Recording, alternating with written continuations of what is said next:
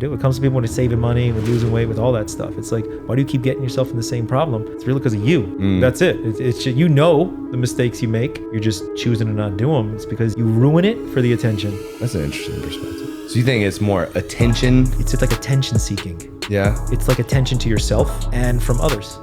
Versus like, that's why like people lose focus. Like if somebody's a cigarette smoker, they're like, I'm gonna stop smoking cigarettes. So for the first like 2-3 days, they're telling everybody. People are so excited for them because they know it's good for them. They're like, yeah, you keep going. But by like the second week, no one gives a shit anymore. It's all about you just stopping smoking cigarettes. Right. So since there's that buzz wears off, they just like, I'll have a cigarette. Yeah. It's not like the beginning moment. It's gotta be personal. It's gotta be personal. You gotta like know why you're doing it. Yeah. You know? You have to have purpose behind what you're doing with anything. 100%. Like, with anything. I think what you just said, it's like, it's the passion emotion that you're feeling when everybody's giving you the applause, you know, good for you. Oh my gosh, you lost 20 pounds. Good for you. But then if you don't have any purpose behind that, you're not going to keep going. Correct. Because you got to do it for you.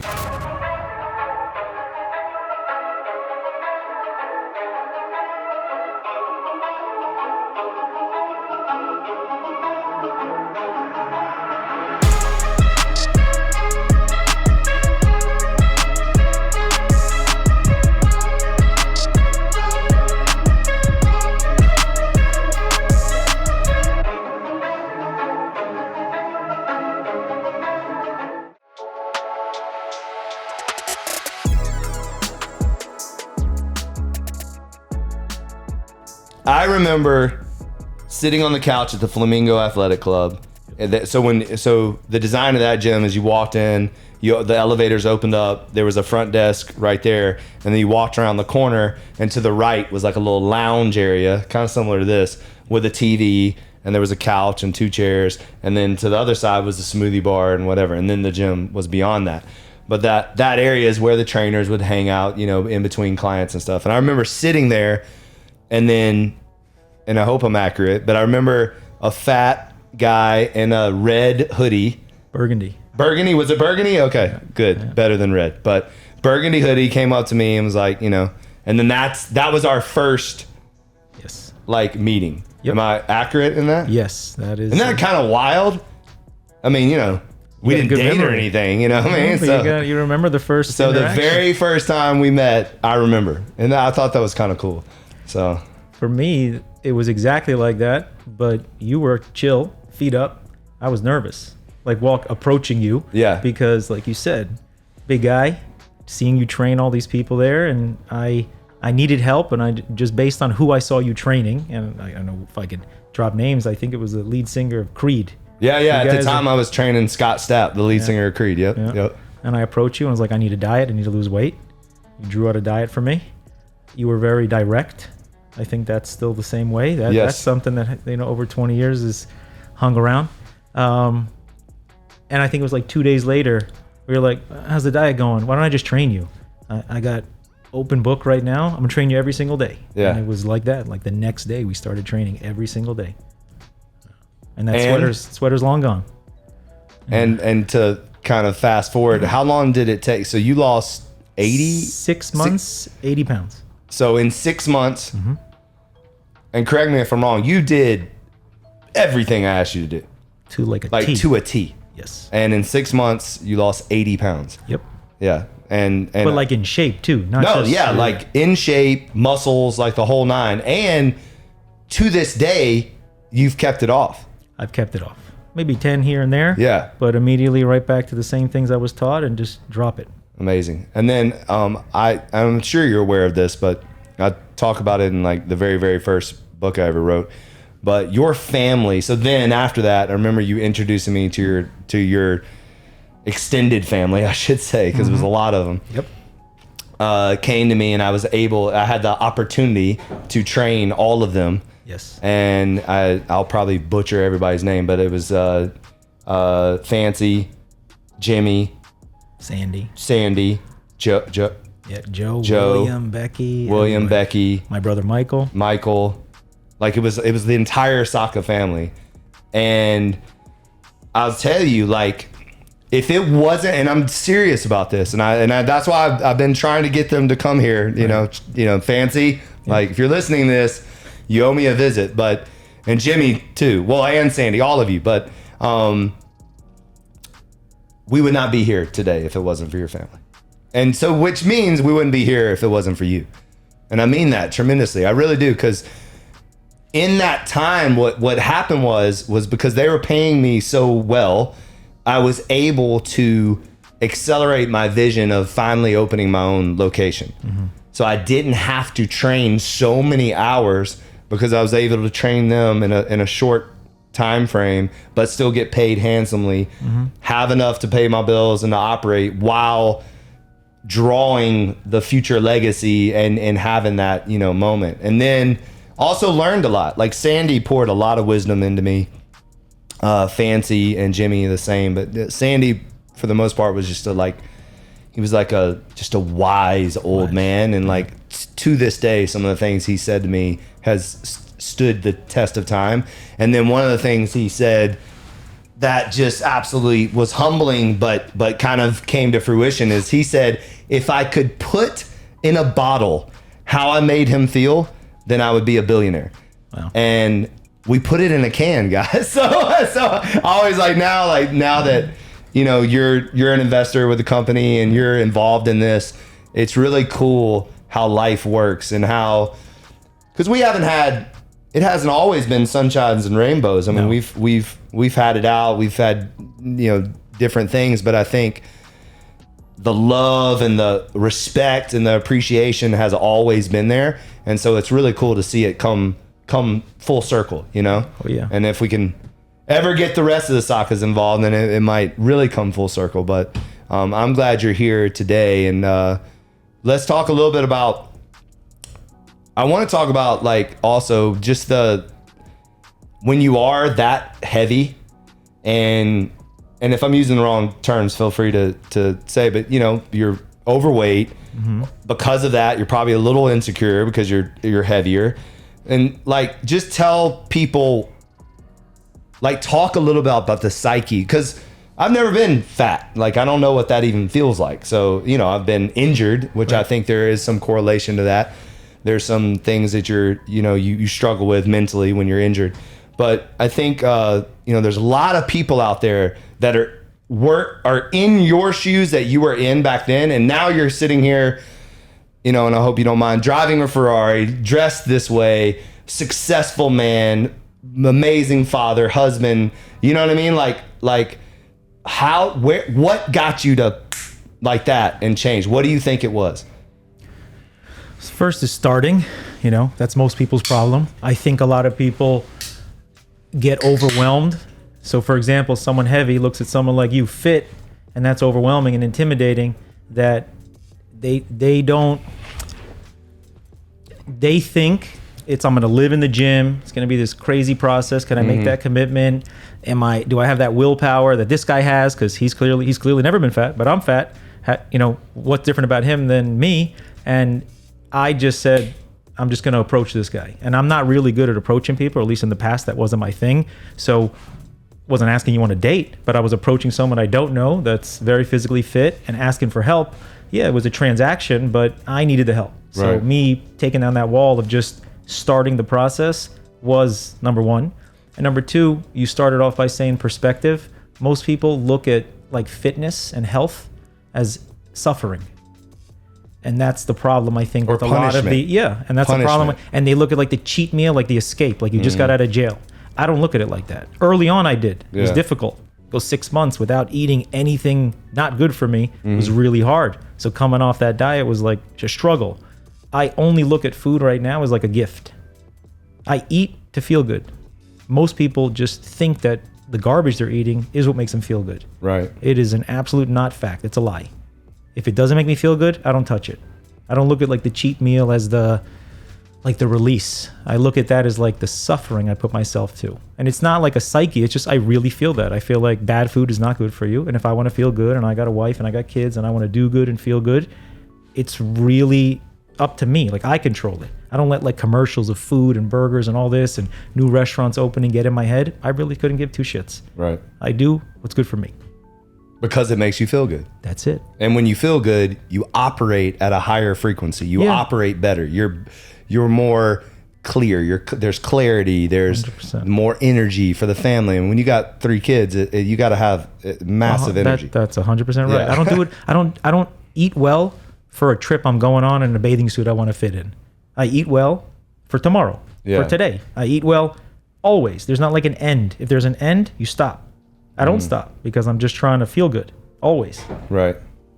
And that's what has got me going. But early on, it wasn't like that. I just see it like that way now. And I don't think a lot of people talk about it that way. I've said it a lot that people live to eat instead of eating to live. Yeah. You know, like if everything is about the next meal or the next dessert or the next, restaurant or whatever, then, if you don't have some discipline and some structure to that can get away from you really fast. Real fast. Especially in this world that we live in, because they're trying to kill us. So everything out there is trash, like absolute trash. This whole seed oil thing. Like I asked my wife, we were getting stuff for my son, and I was like, please try to find a snack that doesn't have seed oil. She goes to Whole Foods, Fresh Market, Publix. She goes all these places, and literally there's nothing that doesn't have seed oils. And it was crazy. She finally found one that had some avocado oil, chips or something. But it's amazing the choices out there too, that there are no good choices anymore. Correct. Unless you're, very, very intentional about what you're buying, what you're putting in your mouth. And people just can't be so hard on themselves. I think that's a lot of it. Like, I ate that. Oh, it's all over now. It's not really that way. So you did it now. Do better the next one. You got to get back on the horse. That's it. Yeah. It's really easy. I used to do cheat meal, turn it into a cheat day, and then cheat 3 days. It's like I just killed like 3 weeks of exercise, and so like all that's way behind. No like craving, just because I different mind now. I don't look at it like that anymore. You taught me a lot of that. As far as exercise goes, like what's your routine now? I played a lot of sports as a kid. Got quite a bit of injuries, so somewhat of limitations on the type of weightlifting I do. But I always get cardio in, steps in. I eat well because I know if I don't always get the workout in, I always have to eat well. So I'm just always moving. Yeah. But I, would love routine. Little challenging with 3 little kids. It's a solid excuse, but not acceptable. But it's I'm much more now into like feeling good. So if I'm gonna lift something heavy and destroy my back for 3 days, not gonna fly. Yeah. I just do whatever's gonna make me feel good and fit in my clothes. Right. And I drink a lot of water. Well, water, I remember you asking me back then, you were like, how much water am I supposed to be drinking? And I was like, a gallon a day. And I remember you freaking out and going, a gallon a day? Like, what? And now you probably throw down 2 gallons a day, probably. Probably. And I was obsessed with that gallon a day. Yeah. It was like, I had to finish that gallon. Yeah. No matter what. For 10 years, I think I carried a gallon around every single day, and I didn't refill. I went to the store and bought 10 boxes of gallons. Yeah. I remember those days. Yeah. I remember those days I would do distilled water to this day. What an idiot. But we would do it thinking that it was great for us. Yep. Well, what do you think made you jump into the beverage world with me? Belief. Yeah. It's not, so tastes good, looks cool. I buy it, I drink it. If I didn't know you, would I have done it? Probably not. Knowing you, not just because I know you personally, but just seeing, like you said, from the beginning. Mm-hmm. Like I saw you from the beginning. Right. Kind of like you like saw the real me beginning. From the beginning. A lot of people, I was thinking about this before this podcast, is that a lot of people think that my beginning was legacy, but you saw me in my beginning before legacy. Mm-hmm. So like you saw me 7 years before legacy. Shirtless, walking around the Flamingo. Yeah, exactly. Yeah. No, I always tell people, like, we had Instagram back then, I'd be a billionaire. So. Oh yeah. But I'm still going to be a billionaire, but later it'll just take a while. But if we had Instagram back then, what? It would have been instant. It literally. But the hard work is better up front. Exactly. This will make it worthwhile. But. Yes. That was seeing everything that you said I saw. Even though I was young and we trained and then stopped and then trained again. When you train the family, I remember walking in to an apartment of yours one time and I saw the logo on your table. And I was like, oh, what's this? And you were like, just messing around, but it was like your vision And I laugh sometimes at like vision stuff and missions and all these kind of stuff that people say and do, but it is as real as can be, because anything I've ever visioned, I did get and more. So like you believing in that, wanting the gym, you know, saying you're going to create the water company, like who you're going to train and what you're going to do, you've always done it. And so since you've always done it, the belief is really in you. And on top of it tasting good and being good for you, like how could you go wrong? Plus it's water too. So I'm like behind something that you drink a lot of, and eternally people are going to drink water. May they stop drinking soda or booze one day? Yeah, but they're not going to stop drinking water. So it's kind of like a no-brainer. Yep. No, I mean, I'm thrilled to have you involved. So I'm like sliding in this chair for some reason. I don't know what's going on with my... I'm sticky. I think my outfit is sliding, so... there's nothing you can do about it. Eli's coming to the rescue. I think he was thinking he could put some Velcro on my back or something, but Eli, there's nothing you can do. Oh, yeah, probably. Maybe that's what it is. It's causing me to slide. And any stories that you remember, like if you want to bring up, like, cause like it's funny, like I don't even remember. I didn't know that you saw some of those early days of me figuring this out. You know, like this, like people don't understand. Like this was something I found on the internet, and I literally erased the nose because I hated the nose of the dog, and I erased the nose and drew it myself. And if you look like really, really close at the logo, you can see a couple of imperfections, which I think is really cool because it proves that it's not some like digitally created thing. Like it was actually a hand drawn logo. Like I don't know if you can see it on the, like, because for example, these parts here were not as long, and so I like made them longer. Like there's a lot of like little stuff that I did that people probably wouldn't notice if you didn't like really really stare at it. So it's amazing how many times I've seen this and where you see it, and just like the awareness of it, you know, and random people you walk, you know, I run into that see me wearing a shirt or see that, and they're like, oh, you know Legacy, or you do this, and it's actually very neat. It's come like a long way. A long way, yeah. I mean, I remember people making fun of me for it. That's how like literally making fun of me, like going like, bro, what's up with the dog? Or you run a dog clinic? Like, you know, what are you training dogs? Like, and all this stuff. And I used to just shake my head and be like, y'all don't get it, and y'all don't understand. And then same thing with No Days Off. Like they made fun of No Days Off. Like, yo, man, you know you need a rest day. What's that about? And I was like, bro, it's not about that. Like, correct. And trying to defend myself. And I remember getting attacked on Facebook, you know, when Facebook was a thing.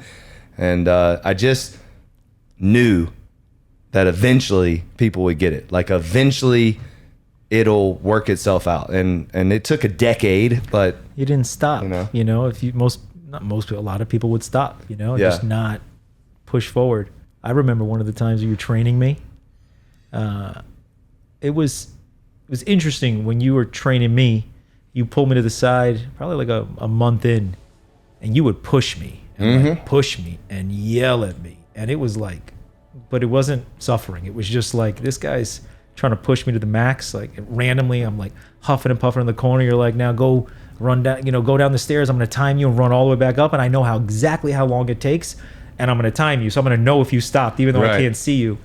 And you told me that training me, a young guy, I was like 21, versus the attorneys and the CPAs and the established like older business guys and even the athletes and the stars, you had this like 20% you had to hold back on.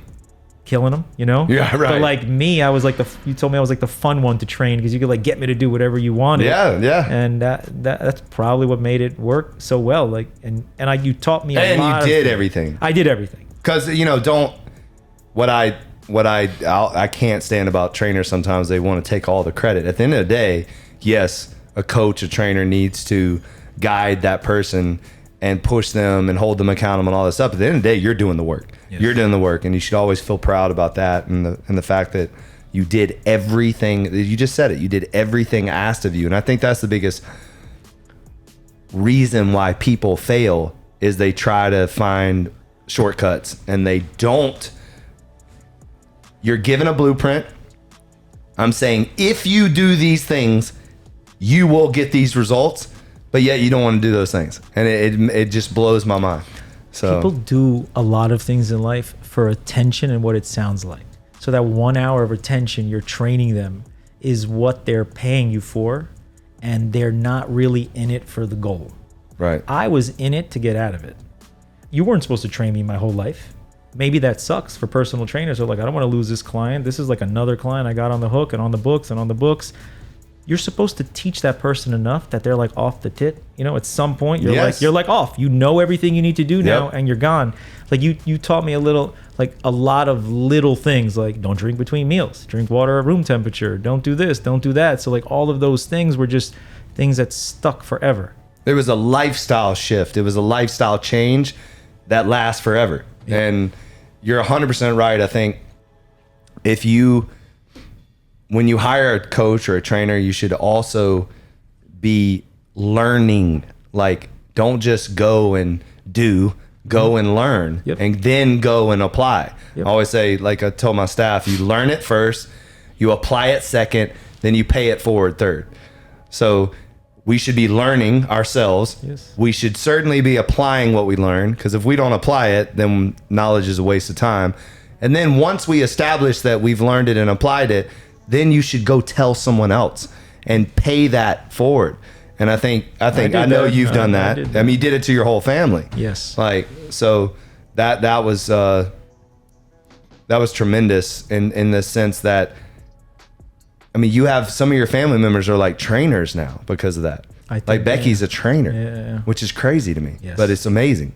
And Fancy has never put the weight back on. She's kept it off. So it's really cool to see, and you should applaud yourself, because I mean, you set the tone, you know, kind of reset your family, which a lot of people too, they use that as an excuse. Oh, my family's fat, we have bad genes, like that whole thing. But that's also an excuse. Everything's an excuse. Mm-hmm.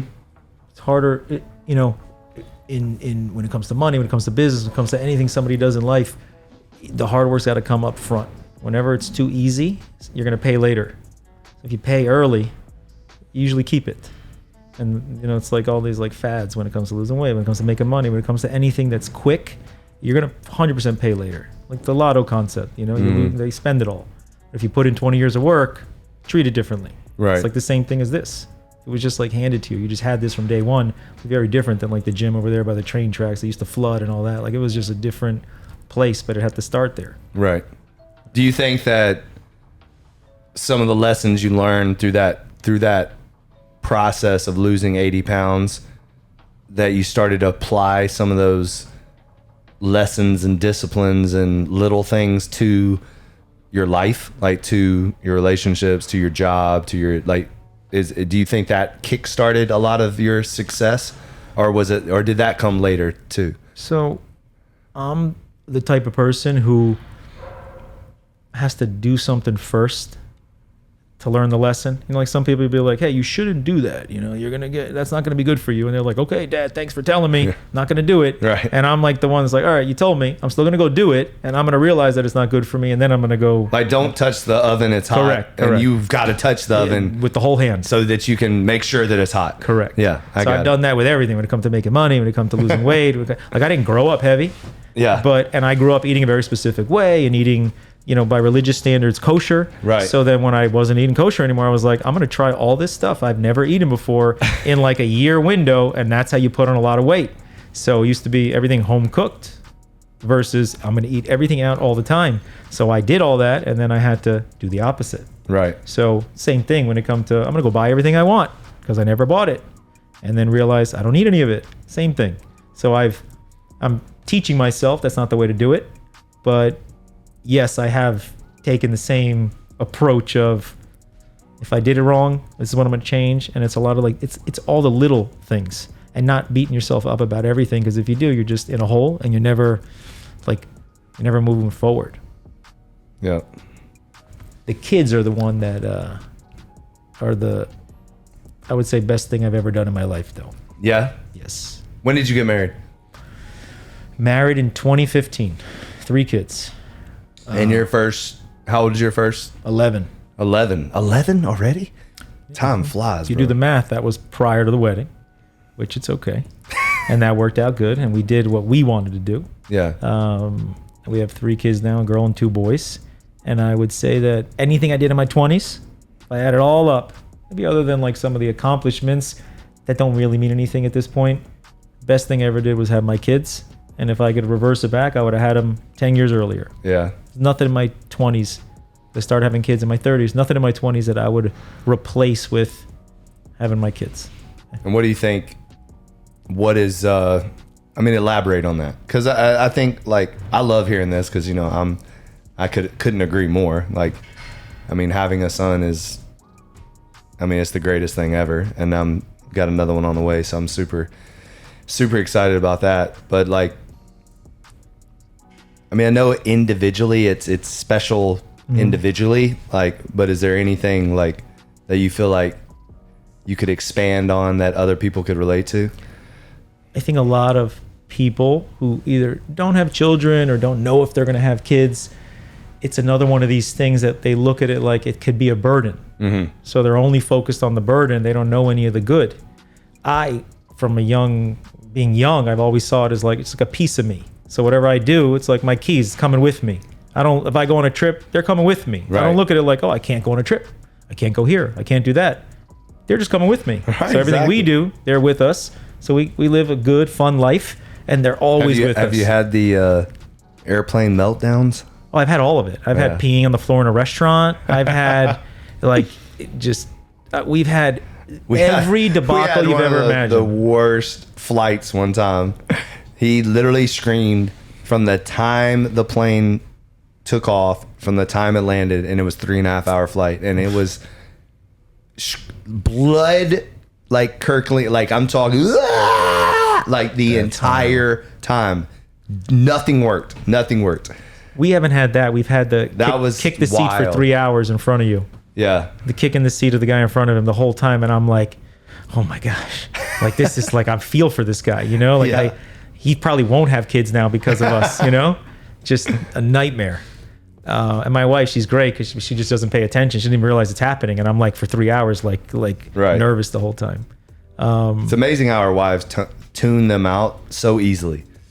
Like, my wife laughs at that. I don't handle the screaming very well, and the whining and I don't like the noise. Like, I'm like, makes sense. I'm the same. Like, why? What? We don't whine, son. We don't whine. And like, she doesn't care. Like, she just tunes them out. And I'm like, baby, he's been whining for 20 minutes. Like, hello. It bugs me too. Yeah. Somebody answer him. Somebody this, somebody exactly. That.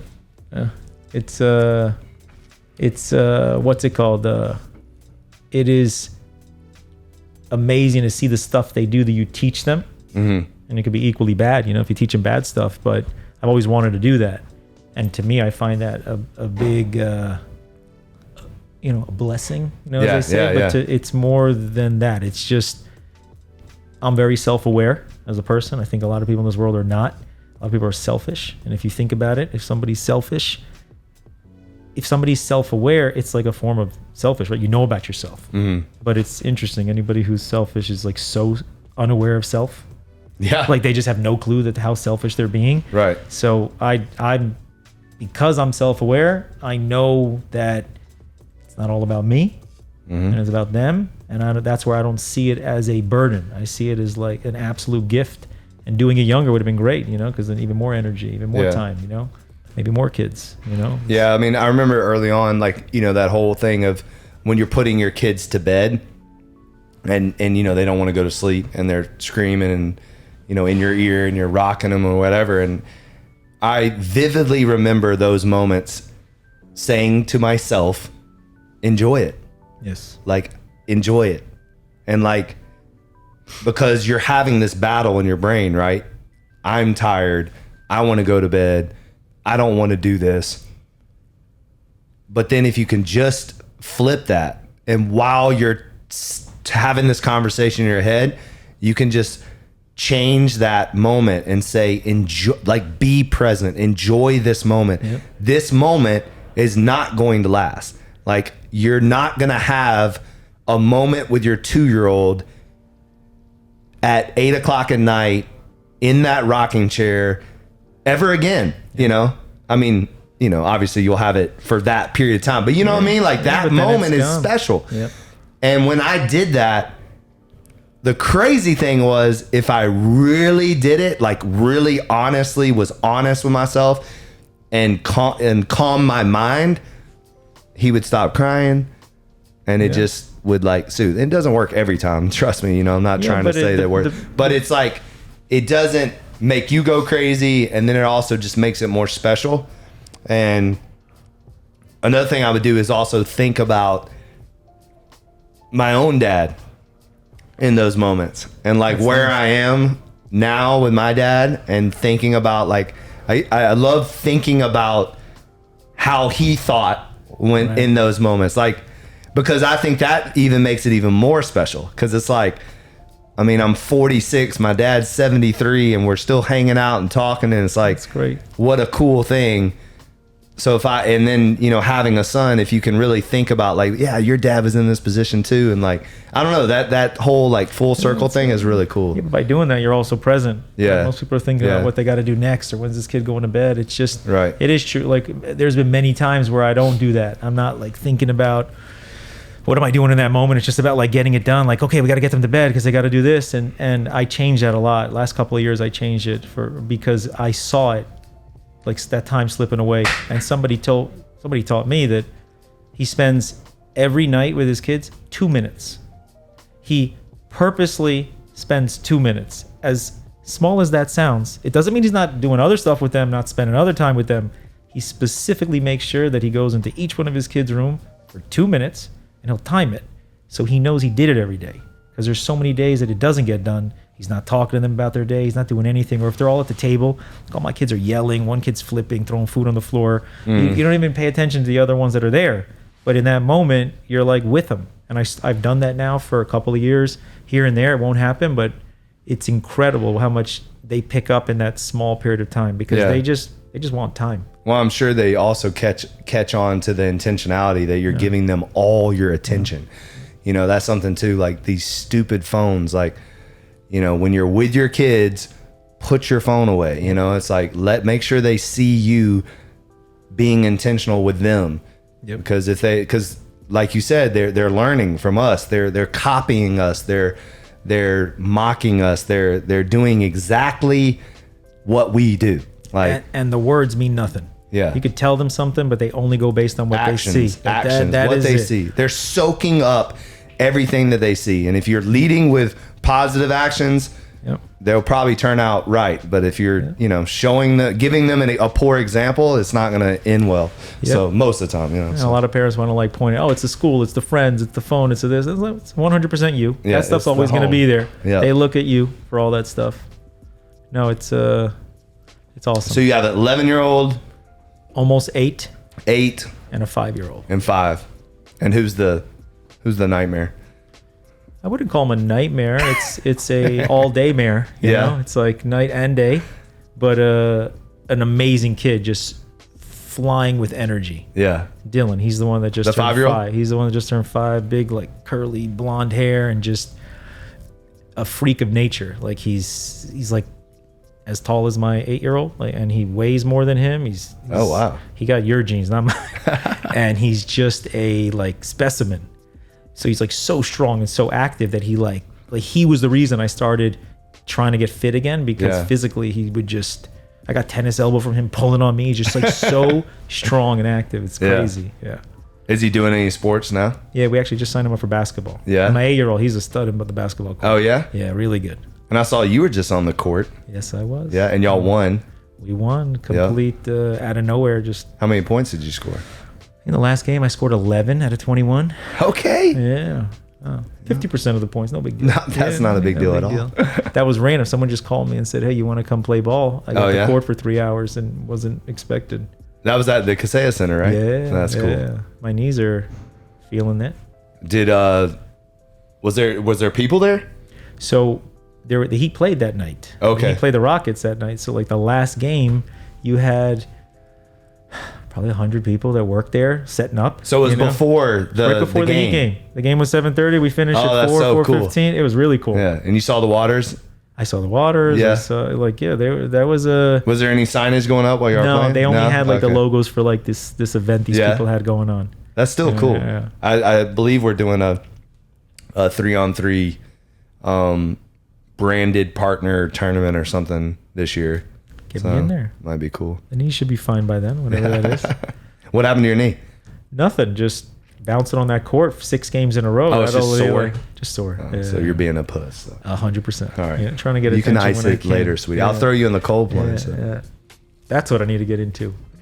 What any other health hacks you're doing now, like other than drinking your water, eating good, working out? Anything else you've started?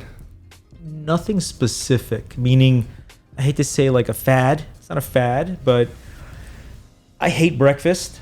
So like 5 years before intermittent fasting, I already wasn't eating breakfast. I was like, oh, I've kind of been doing that. So it was like one of the ways to just stay level in weight, especially when I wasn't working out as much as I should have.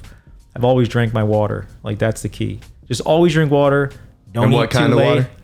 The good stuff. The NDO H2O people. Yes. Not all waters are the same. Correct. Not all waters. A little plug there for our sponsor.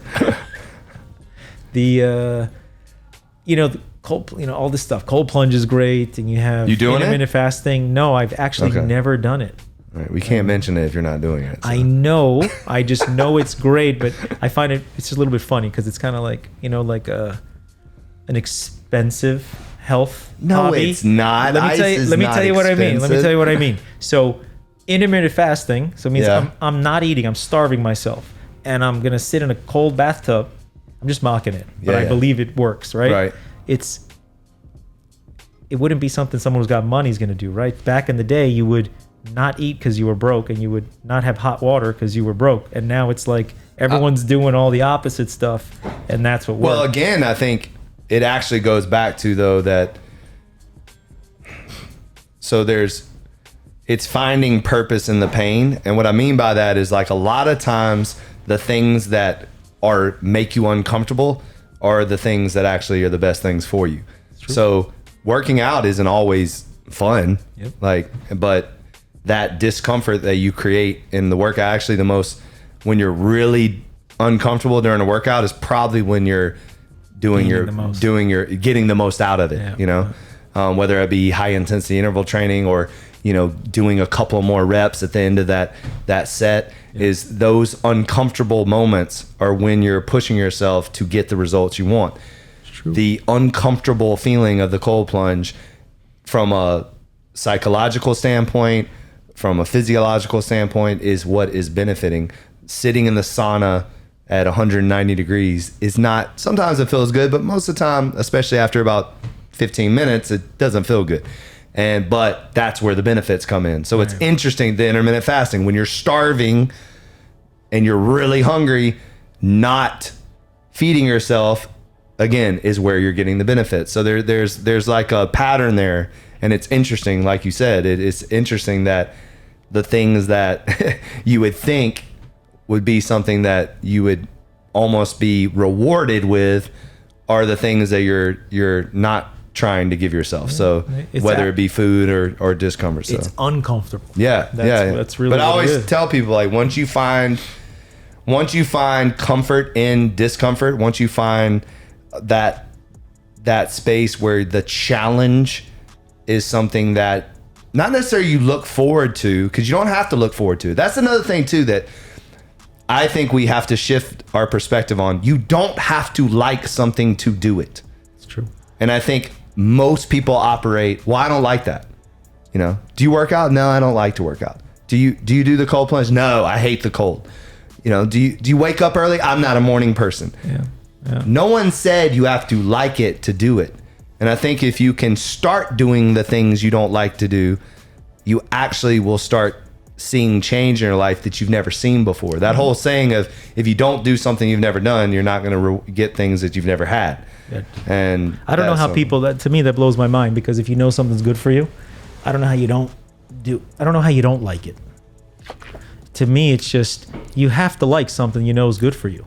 Not necessarily though. Meaning, like, I hate the cold plunge. You hate it, but you love it. True. There is a hate-love relationship, but like, there's nothing fun about 36-degree water staying in there for 5 minutes.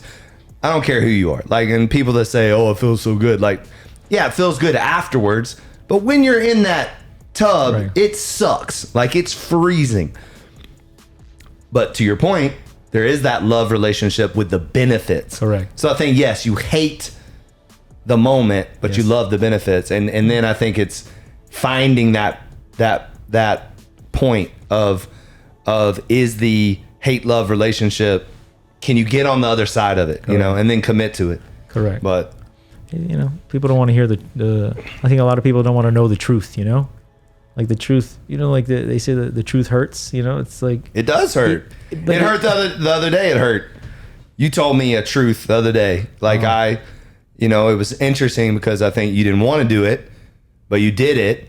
And I was grateful for it. We had a little tiff, but it was very good for us, for you to say what was on your mind, for me to recognize your feelings, and then to say, you're right. But it didn't feel good to hear a friend say that, hey man, what you said was fucked up. You know, like that wasn't cool.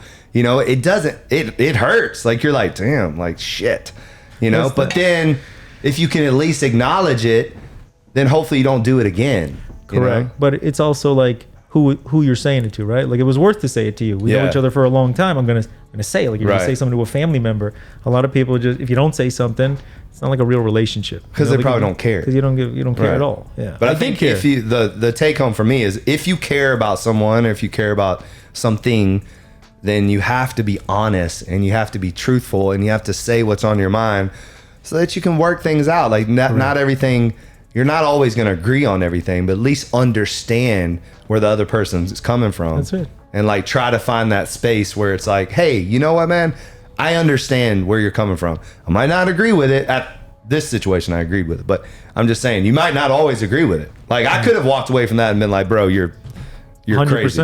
Like, but I hear you. Right. And I'm sorry, but I don't, you know, you're full of shit. You know, I could have, you know, but probably wouldn't have gone over very well, but whatever. But no, it was well heard, and thanks for, you know, letting me say it. Of course. But that's men need to speak up more in a relationship. If you have a relationship with another man, men have a tendency to hold our feelings inside and to not talk things out, and not to say, hey man, because it makes us feel like we're soft, or, you know, we're in our feelings or whatever.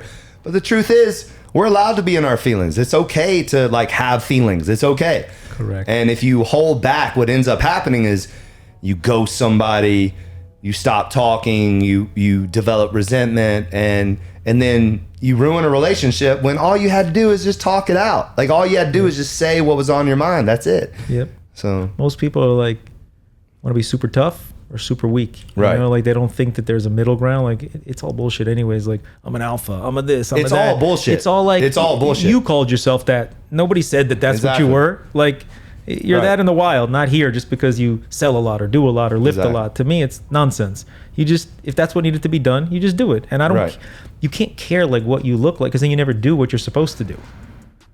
I wanted to say it because it was like, I wanted it to be out there, and I wanted you to hear it, and that's it. And then it was squashed, and that's the way it was supposed to be. Right. This and done. Exactly. That's it. And I think too, when you hold on to it, you're all you're doing is prolonging the outcome. Yes. You know, and what making I mean? It worse and worse and worse. Worse and worse. Because anytime you feel a certain way, you don't talk about it and you think about it, it gets even worse in your mind. And then anything that person does after too, you just look at it the wrong way. Even if it's got nothing to do with the other. You're like, I can call you up and be like, yo, what's up, man? Nothing. It's true. It's so true. And that's in all relationships. Yep. What's the I mean, not to put you on the spot, but I am, because you're here and you're on the spot. Relationship, like wife, like what do you think is you've been married for 9 years, is that right? 8 years? Yeah, just about, but together 12, 13. Yeah. And I just had my wedding anniversary. We've been together for 11 years. Congrats. Thank you. What would you say, give us a little marriage advice there? You know, my wife wanted to begin that next stage of life, and I did too, which is, I partied. I went out. I bought things I didn't need. Ate the stuff I shouldn't have eaten. Like I kind of went through that whole list. Right. Me and my wife equally look at life like in stages. So the stage was we're gonna get married, and now we want to have children. Since we know we're in that stage, other areas might lag. Time together, going out, seeing some of my friends, but it doesn't bother us because we were prepared for this stage. And I think that is what has us strong. We're on the same page, in the same stage of life. She's not thinking about, whoa, when I used to go on dates and what I miss out on. I'm not looking at life the same way. Yeah, I got the car that you said I got, and guess what? I take my kids to school in it. Which is amazing, by the way. I'm not trying to pick up girls in South Beach with that, which means nothing anyways. Yeah. It's strictly for me. Right. I do what's for me, for my kids, for her, and we're not trying to do what the Joneses are doing. You know, we are us, and we are focused on the same thing. And a lot of couples don't have that. They don't have it because you got one that's worried about what she used to do, a guy that's worried about what his wife used to look like. They're not like there. Present. That's it. It's like, but you said stages. I like to use the word seasons. I think, Okay. Same thing. Stages is better. Same thing. Stages is better. Okay, Much better. I'll adopt that. But it doesn't matter what stage you are in your life if you're not in the stage, like on stage, in stage, being present in that moment, recognizing where you are, and then to your point, not. I think what we're living in is the comparison game too. Like you have so many people following other people and saying, their life looks like this and their life looks like that, instead of enjoying where you are.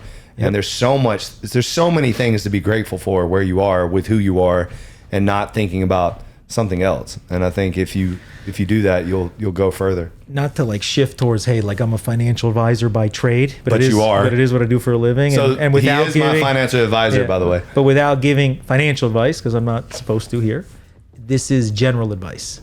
Someone asks me what they should buy or do. You buy what you want. You dress how you want. You want a cologne? Buy the one that you like that smells good. Stop doing the stuff other people do. I feel like people don't know what they like anymore. They see somebody else with something. Oh, I like that. No, you know what you like, and that's the life you live. Not because the other person has it or wants it or told you about it. That's like to me, that's how I curb myself on things too. I don't really care what you have. I'm happy if you have stuff. Right. But it has nothing to do with me, what's in your account versus what's in my account. Yeah. And it's completely separate. So because of it, you're a person, I'm a person, that's all. And I don't want the stuff you have. You shouldn't want the stuff I have. And that's how you kind of go through life, knowing how to spend, knowing what you want, self-control, all of those things. That's good advice. Mic drop. General advice. General advice, yes. Yeah. That wasn't... Yeah. I have only met your wife like a couple of times, but like her presence is like really strong, like in a good way. I mean, that's a compliment. Like, like I love her energy, like what she gives off. It's very genuine. Like, I don't know. I just dig it. So she's a loving, loud in a good way, but like, she's there. Yeah. And she's approachable, and she approaches people. You know what I mean? So it's not like she in a few jobs she's had, prior to us having kids, she was number one salesperson here, Oh, you can across tell. the country. Yeah, you can tell. She just has it. She's got that thing, Correct. like, Correct. which is so cool. Yep. And I'm happy for you. Thank you very much. She toughened me up too. You can tell. Since she's stronger than me, that's the reason why. You toughened me up because like I was as a kid real shy. And I'm in a business right now. There's no such thing as shy. Yeah, you can't be shy in your sometimes business. Speaking in front of 200-300 people, and then at other times you're just randomly talking to somebody about everything they got going on. From like the second you meet them, it used to be difficult for me to look at somebody in the eyes. Like it used to be like it was uncomfortable when you're not used to doing that. And I remember those days. But in the early days. And you would break me out of my shell, man. Like embarrass me in front of people, but in a good way. You know.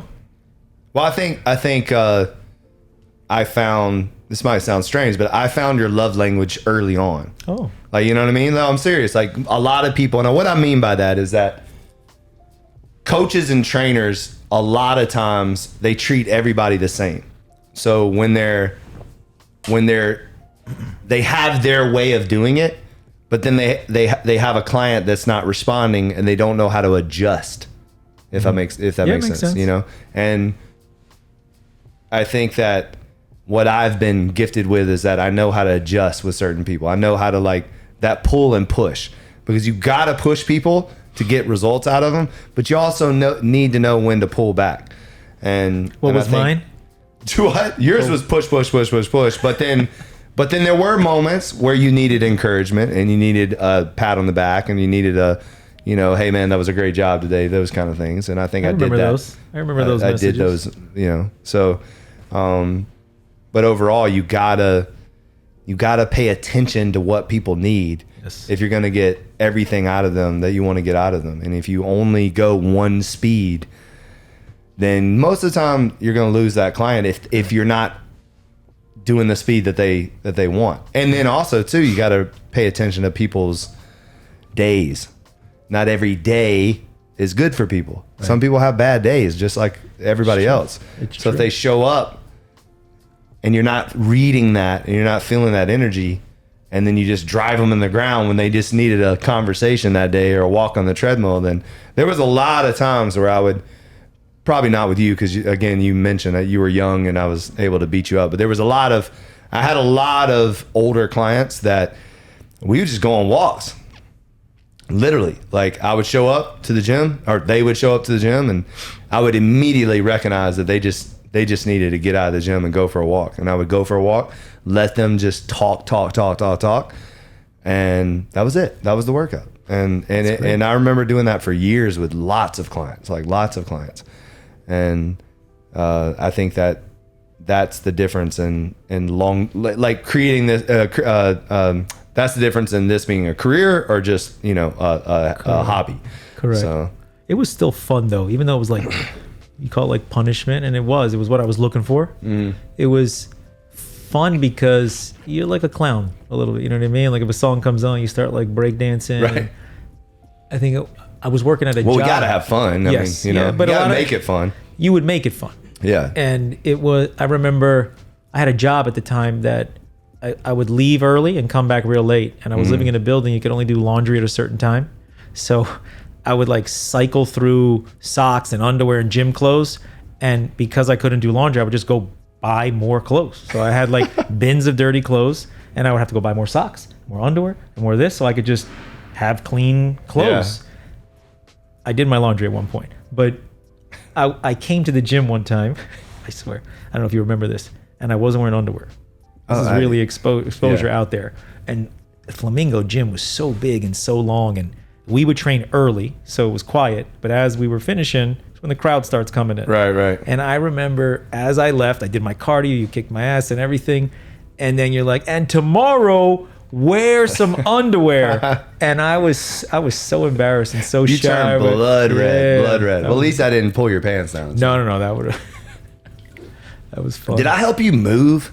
You didn't help me move. I gave you all the stuff that I didn't take with me when I moved. But I remember going to your apartment and taking some shit out. I was like, you take this. Yeah, I knew some other guy who took my couch and my dartboard. Yeah. I remember. I was wondering if that was You got my vacuum, I think. Something like that. Yeah, yes, right? Because I remember walking to that place it's so funny. Like, had great memories there. But like, if you ever go back now, it feels so weird. It's like not even the same place. I mean, they did a lot of renovations and stuff, but it's like, that place that was an interesting place to live. There was so many people like in and out, like so many transient people, and yeah, that was a wild like eviction place. Notices. Like it was half the hallway was eviction. 6 suicides, I think, at that place. Really? Yeah. Wow. There was one in particular where they were having a party and the DJ ran full speed and just jumped. From where? From it was like 20 something stories up. Like holy shit. Like just took off, like just running and, you know, like crazy, like swan dive, you know, like. But that building was not. That was like the building at the time that everyone wanted to be at, because you had like hookers, pool parties and stuff like that, like in like Vegas style, like in South Beach. No, it was wild. I mean, our routine in that building was, I'd wake up at, 4 or 5 in the morning, train a couple clients, and then my NFL guys would come in. Well, this is when they were during the off season. So my NFL guys would come in. There'd be like anywhere from 9 to 30 of them, like it just depended on the day. And we would work out in the gym. Then we would go to the pool, and they loved the pool workout because half the pool was topless women. Yeah. Topless, like legitimately, like everybody was topless. It was crazy. And we do the pool workout. Then we go in the sand pit and we do the sand workout. Then we would go to the football field and we would do our field drills. Then we would go to the stairs and run the stairs.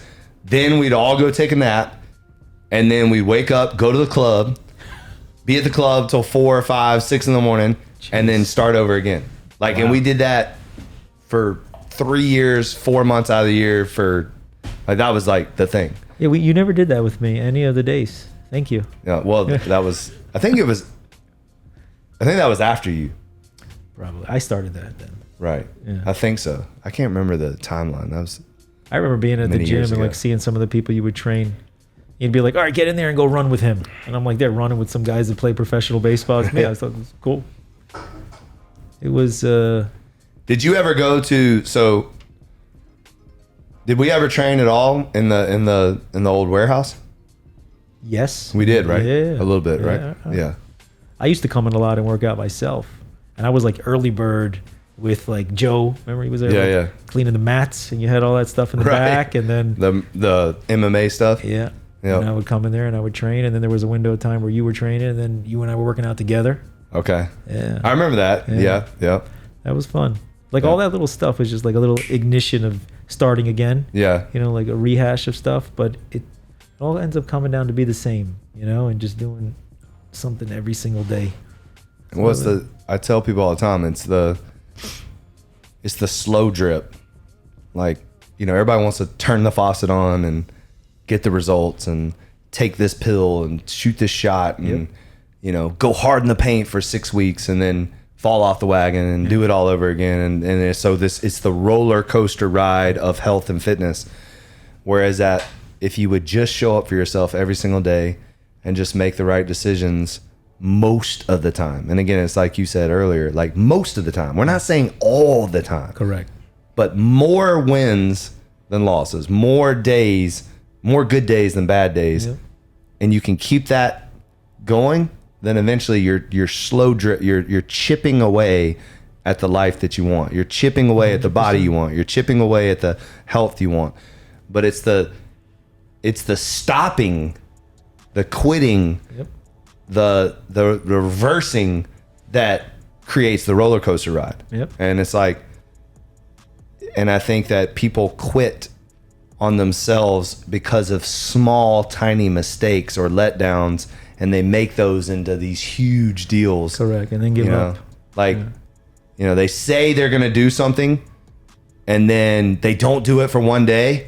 It's kind of like what it's always irritated me over doing this career is you say you're going to get up at 6 a.m. You set your alarm at 6 a.m. You hit snooze, okay? So now it's 6:09.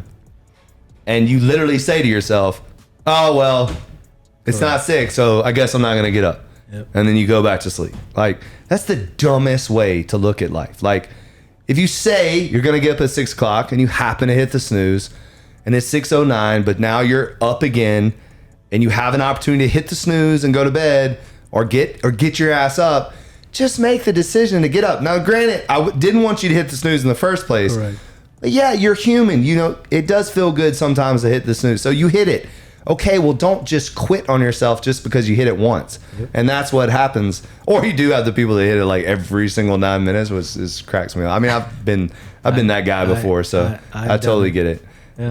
But I think, or you miss a workout. You know, you go 12 days in a row, you're strong, you're feeling good, and then you miss that workout, and then that one miss turns into 2 weeks miss, which is, again, stupid. It's like, and then the whole I'm going to start on Monday thing cracks me up too. This is the worst. It's or I'm going to start on January 1st or whatever. Stop doing that, people. Like, there's no difference in Tuesday, Wednesday, Thursday, Friday, Saturday, Sunday than Monday. Correct. Like, you don't have to start on a Monday. You can start whenever you want to. You can start on any day of the month. You can start in the middle of the day if you want to. Make a decision to start. That's all we're saying. That's what you were saying about people just like stopping. Yeah. That's like, if you don't wake up on time, you don't do this, you just throw in the towel. It's because they're doing it for something that already has an end. They're like, they got that trip coming up, or they got a photo shoot, or they got some wedding they got to fit in a dress for. So it's like they're doing it just to get to that point. That's not like, you're not in if that's what you're doing it for. You're doing it like just for that. Atomic Habits. Have you read Atomic Habits? No, I've heard around holidays. So that's what he talks about. It's like, don't set a goal to run a marathon. Set a goal to become a runner. Yes.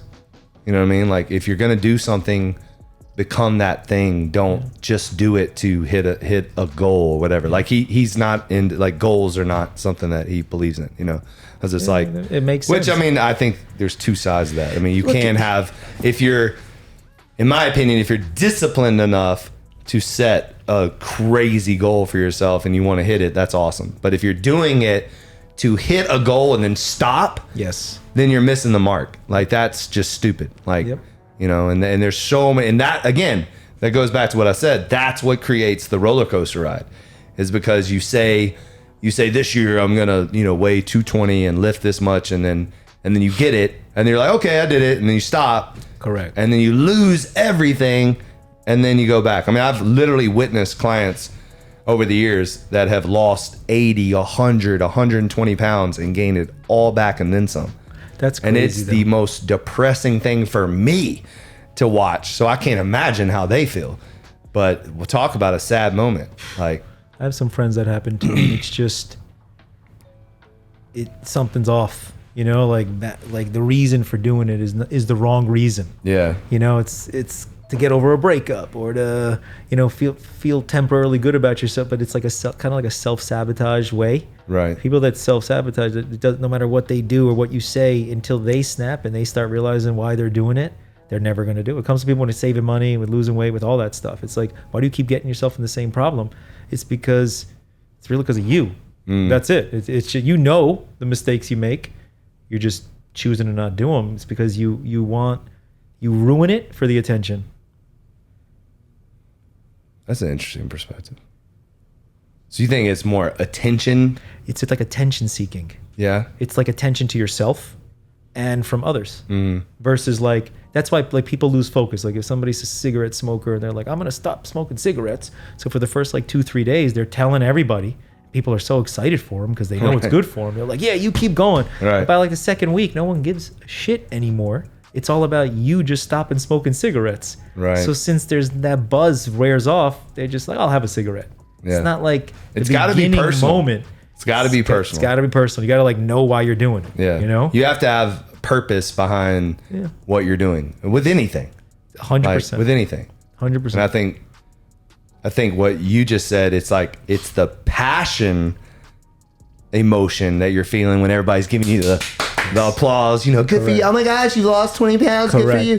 Correct. But then if you don't have any purpose behind that, you're not going to keep going. Correct. Because you got to do it for you. And a lot of people like that fluff and that attention. Like me personally, I dislike attention. I dislike people knowing what I do, where I am. Like I did that basketball thing and I'm playing with like 50 very successful guys. I don't think anyone knows my name. I didn't introduce myself to one person. I came to play basketball. I wanted to be a ghost. Came in, had fun for me, and left. But I wasn't there to network. I wasn't there for anything for me other than play basketball. Do you think, though, that it could have been an opportunity where you could have met a client? 100%. You know how many people told me that might have been such a great opportunity for you, I'm sure. And I was like, maybe. But guess what? That would have ruined what I was there for. Your experience. Correct. And I wanted to go for the experience. You were intentional in the fact that you wanted to experience that a certain way, and you didn't want to mess up that experience for you. Correct. So it was a personal decision, and you're okay with the outcome of it. Yes, and for me, again, this is for me. Doesn't work for everybody. Some people need to step out of that. I purposely like to be this way, and rather somebody say, "Who's that guy?" Or like, what does he do? Rather than me be like, hey, let me tell you what I do for a living. Right, you know, like I look at that and I cringe inside. So people that do that stuff, I'm like, it wouldn't work for me. It does work for them. Right. I don't think it's horrible. I just can't do it. So since I can't do it, I don't do it. Yeah. And I just know I can't do it. And I know I don't want to do it. I don't want to be perceived a specific way. And like all the things that I've done and the business that I've done has been through this way. Not being that person. They're like, oh, I heard you're the guy that doesn't do this. And I was like, that's me. And then those are the people I work with. And I just prefer it. Yeah. Like not for the headline kind of stuff. It's more for like. And in a lot of ways, I mean, it might be why it has brought you success.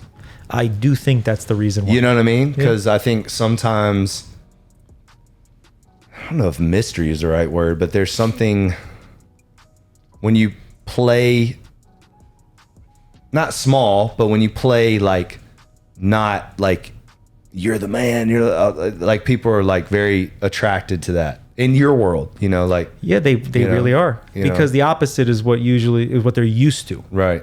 So I just pay attention to all that stuff and I'm like, actually, I'm more comfortable doing it like this, and it's different. So if it's different, it's going to be more attractive at the end. It might take a longer time. See, and I went through that. But that's a powerful statement right there.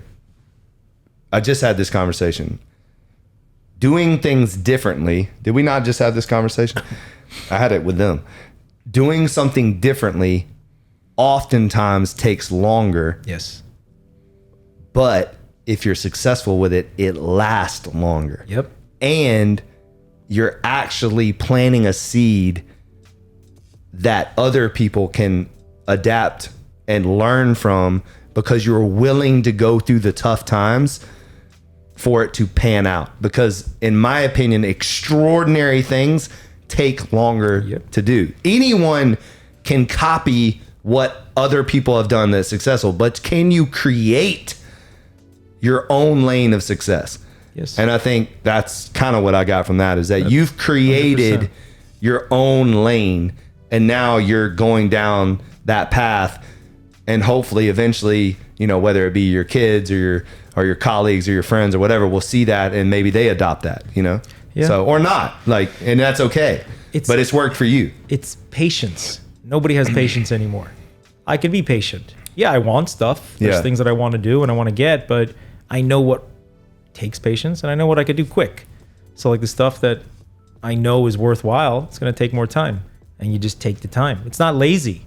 It's just taking a slower approach. There's a big to difference get it. between patience and laziness. Big difference. Huge difference. And you're 100% right. There is no patience in this world because everything is Instagram, Instacart, Insta this, Insta, you know, I was taught it's so like, remember when you would take dates to Blockbuster and you would like walk in and, you know, y'all don't even remember that shit. You're too young.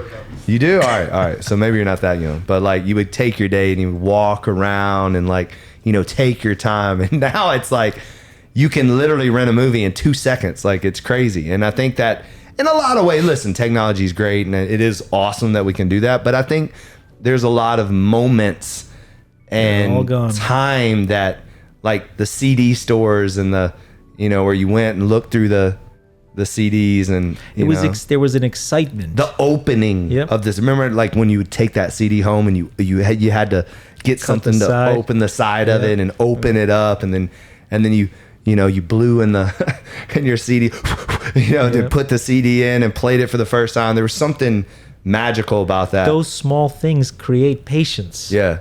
And that's why we're losing it. That's what I was trying to. You have to like wait for something. You know what I mean? Nobody has to wait for anything anymore. A movie doesn't. When you're hungry, boom, it's at your doorstep. That's it. You know, and you have it's the worst thing in the world. You have to have. I'm not talking about like slow internet and stuff like that. Like it's like annoying. I'm talking about you had to like create something, like imagine, even Blockbuster, for example, you have to rewind the video before you brought it back. Like that might take 5 minutes. Like nobody will waste 5 minutes anymore to do that. No. But these are like all things that those small little items would cause you to just take your time a little bit more. And there was nothing wrong with that. I'm always racing right now and I hate it. No matter how much I try, I'm present, but I'm talking about running and so many forms of communication. I get an email here, an email on the personal, WhatsApp, Signal, this chat, that chat. Oh, did you get my message? I don't even know where to look. So it's interesting. I just did a podcast with Dan Martell, the author of Buy Back Your Time. Okay. Have you read that book? No. So fascinating. I just read it. And we'll plug Dan right now since I just did a podcast, Nice. but Buy Back Your Time. Do you have an assistant? I do have an assistant. And does she like do a lot for you? No. And I'm going to get a new assistant. Okay. This is the announcement. So you're fired.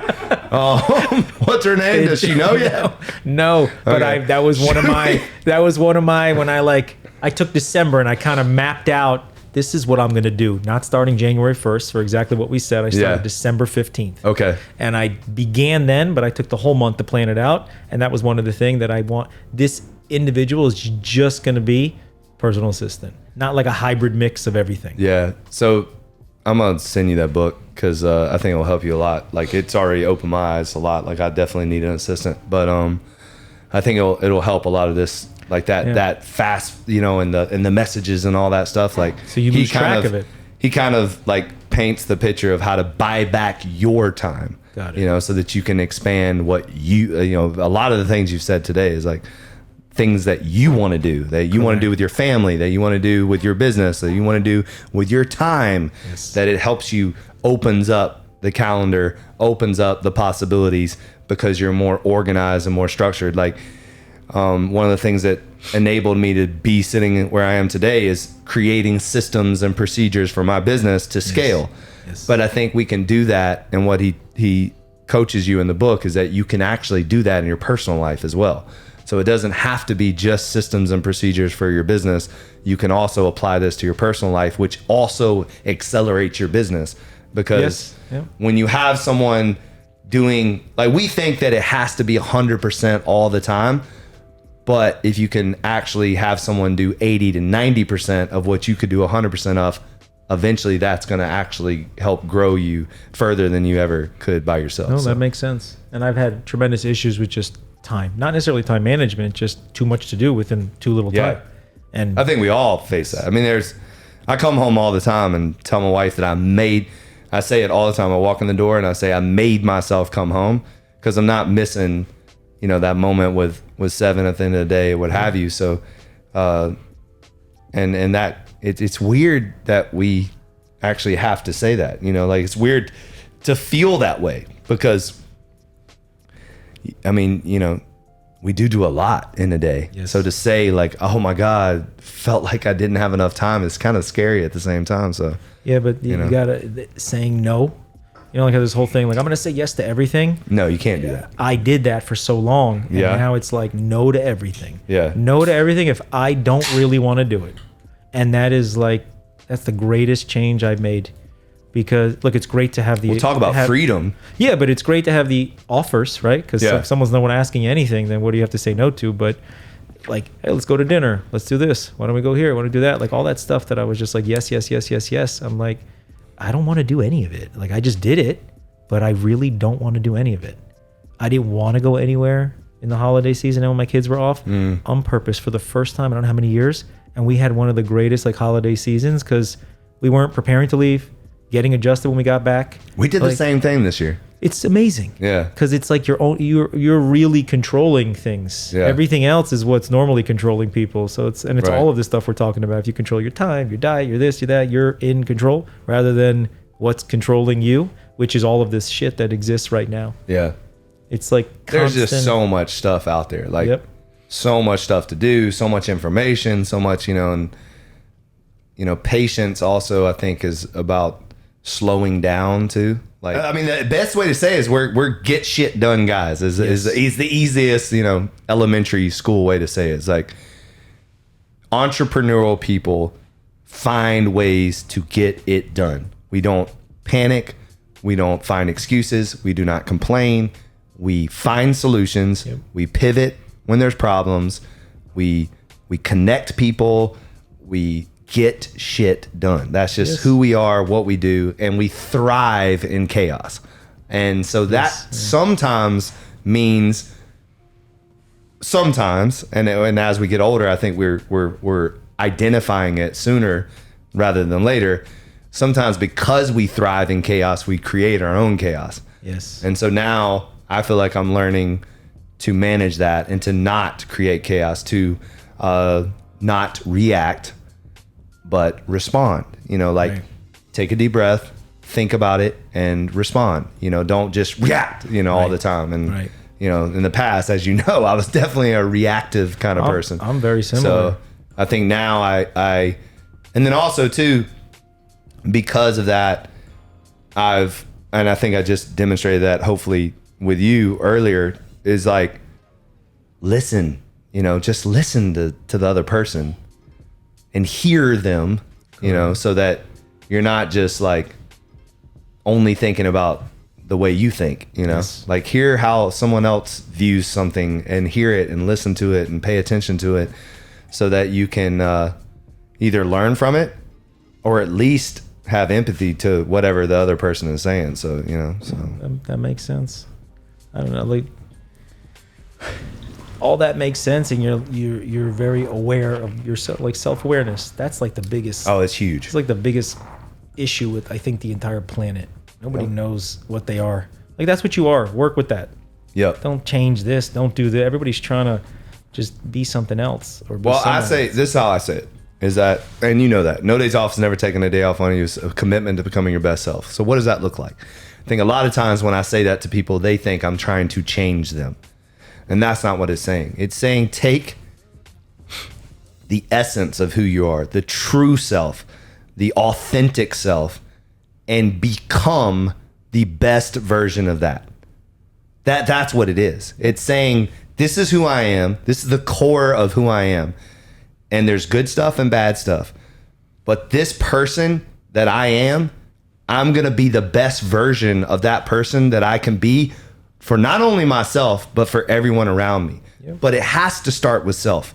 If you are not becoming your best self, then you're not going to be worth a damn to anybody around you. It's true. And I think the only way to do that, and I've said this numerous times, is self-awareness. Because if you don't know your own bullshit, if you don't know when your tone is wrong, when you're raising your voice, when you're being reactive, when you're in a bad mood, when you're, anything negative, if you don't recognize that and you can't flip that switch and change that behavior, that bad behavior, then again, you're not going to grow. Correct. And then also too, if you're not learning and pouring into yourself. So I think a lot of people, they say, this is just who I am. Well, yeah, it's who you are today because you haven't read a new book. You haven't, had a conversation with another grown-ass man or grown-ass woman and learn from them. Like, Correct. So have more conversations, read more books, do things that are going to improve who you are. You don't have to stay the 21-year-old self. Like my pastor is doing a series on Mature Me, and it's talking about like it's time for people to start being a little bit more mature. It's like, what would the mature me do? What would you do if you act in a mature way? Because a lot of people are out here being extremely immature with their reactions, with their emotions, so They're not being taught well. You know what I mean? It's like people. You're supposed to graduate to maturity.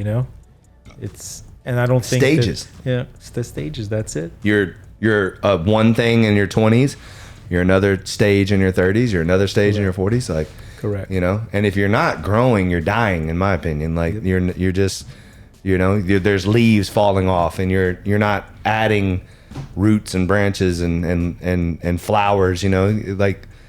So, and that can come from so many different places, especially today. That's another thing too, like the resources today. Like, you can learn from freaking all these ridiculous apps and stuff. Like, a lot of people are scrolling their life away watching like, jokes and memes and shit like that. But there's actually informational stuff on there too that you can learn, Correct. Well, that's the whole that's maturity, choice, everything. People, Yeah. The immediate is putting no effort in. Like, let it entertain you versus you going out of your way to get your own info. Ooh, that was a good one. I had a guy. Educate over entertain. You're welcome. I like that one. I had a mechanic one time on a small little fender bender. This old man. It's like 90, and I got sent to him from the insurance. And I brought him the car, and he goes, "This is what you need to do to the car. Other people are going to tell you this, and this." And he goes, but don't bring me the car until you check that what I'm telling you is what it is. He goes, don't just listen to me and make a decision because I told you. Go learn what I just told you and then bring me the car back and learn why. I didn't go do any of the things that he said. I was like, oh, just for that comment alone, I'm going to bring him the car. Yeah. And I did, but I took that lesson where it's like, I'm going to learn everything. Like, I know everything I do. I don't just do it. Right. Like, I know when I buy a car, I know how they're making money. Right. Like, I know all of the inner workings of all this stuff because I'm interested in it. If I'm going to do it, I'm going to get interested in it. That's also how you look at things differently. You become more mature because you want to be something else. If you just want to be a punk kid, you're never going to be mature. Right. It does not matter. I have to be mature. I got kids. Do I, make bathroom jokes in front of them? 100%. They love that and they laugh, but that's like the extent of being immature. Yeah. Like, they know I'm mature because I go to work. I'm a man. I show up. I dress up. I wake up on time. Like, that's maturity. Right. Yeah. And there's nothing wrong with having like childlike behavior, especially I'm with the your biggest kids. one. You got to be a big kid in front of your kids sometimes. Yep. But I think the lesson there is, though, you can also show them, like you said, actions. So showing them, That's it. dad gets up early, dad dresses nice, has discipline, those kind of things. So Yep. It's awesome. But I want to stay a kid forever. yeah. So a mature young kid. at heart, young at heart. That's it. Mature in the head and young at heart. That's right. What do you, I'll ask you, what do you see going on in the next 10 years? 10 years. I just Me and had you somebody don't, ask as me. much as we know each other and as long as we've known each other, this is probably the longest we've sat down and had like a chit I know, because we're so damn busy and correct. we're So- both building and we both have families and But I was there with you daily, what I mean? Yeah. Like going to the No, gym I every remember single that. day. So it's been a long time, but what do you see like the next 10 years? so, I think that I've been very intentional with building this brand, and I think that it's been 15 years, but I truly believe, like, without, and my staff can't stand it when I say it, my family doesn't probably necessarily agree with this, but I feel like I just started to build something exceptional, like where we have momentum to take this to the next level. And so the next 10 years is me solidifying that into a global recognizable brand. So it's like the first 15 years was establishing the start. The first 15 years was planting the roots in the ground, and no one saw anything being grown. Like it was all underground. Right. And there's like a strong foundation now of the vision, the message, the products, the services, the structure, the people, everything now, all these roots are in place. And now it's like, how far, not how long will it take, but how far can we go? Got it. And so for me, I want to build $1 billion company. Like, it's not if and or, it's not I'm not messing around when it comes to the vision. Like, it will happen. It's just a matter of time of when. But I think that the next 10 years is establishing where No Days Off is just do it, where the Pitbull is the swoosh, like where we are that recognizable in a global way. And that's the next decade, what I feel like will happen. Yeah.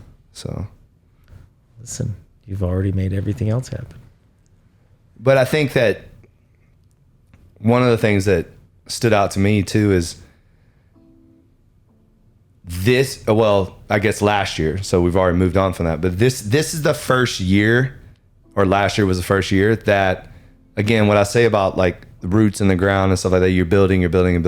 I truly believe that this is the first year that outside strangers, but even internal people like yourself, and I have a couple other people that kind of bought into what I'm building, have finally given me a little bit of validation that, hey, we paid attention and we believe in you. And then also strangers saying, oh wow, what you built is legit. Like, this is legit. So before that, I never felt any kind of validation ever, like from anybody. Like that helps to go to the next level too, you know, like getting that at one point.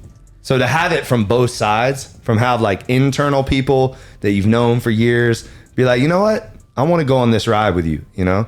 And then also have strangers say, hey, I want to go on this ride with you. It's like that like this two sides of those coins is kind of cool to see come together. And it's what drives me now. Because now it's like, you know, you take outside money, you have these massive aspirations for yourself. You wake up differently now. Like it's not like this like little, you know, it's not like a little gym in a warehouse anymore. So it's come a long way from like, hey, why would you stop personal training to go take on a whole bunch of overhead? Yeah. You know what I mean? Where it's all money in the pocket, right. You know? So that's like that little step already was huge. And then now you look at it here, you got people living off of this place, people supporting their family. Like it's so different now. Oh yeah. Like it's majorly different. Incredible. Yeah. But we're going to take it all the way. So get ready. That's right. Exciting.